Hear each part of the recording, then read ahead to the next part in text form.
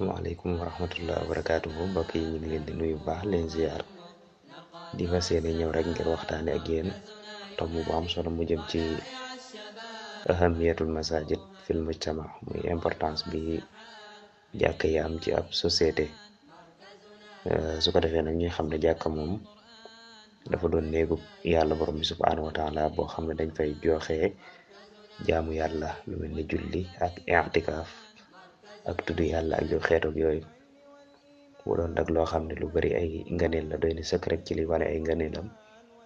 mooy suñu borom subhanahu wa taala wax gi mu wax ne jàkk yépp moom mooy borom, waaye tamit mu soññee ci ku ko tabax. Wax ci tamit ay ngëneel yu baree bari yoo xam ne dana ñeel ki nga xam ne mooy jug di tabax jàkk ak di ko toppatoo.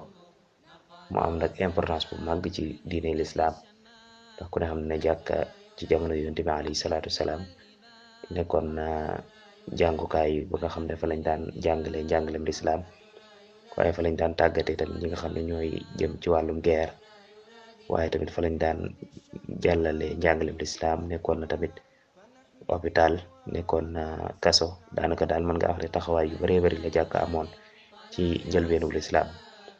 su ko defee nag mu doon loo xam ne lu mat a bàyyi xel la, doon it barab boo xam ne ku fay dem ku ne war ngaa sàmmonte ak teggin yi mu laaj ci laab, ak tamit booy demit nga demee ci anam goo xam ne da nga yor melokaan woo xam ne dina dëppoo ak barab ba, sàmmonte ak teggin yi nga xam ne moom lañ sàkku ci biir barab ba. ba tey ñu xam ne moom sëñ bu mag bi sëñ Tuubaa radiyallaahu anhu ku yittewoo woon jàkka la, tey bàyyi woon ko xel lool. doon koo xam ne da doon dem ci jàkke yi di fa joxe jaamu yàlla,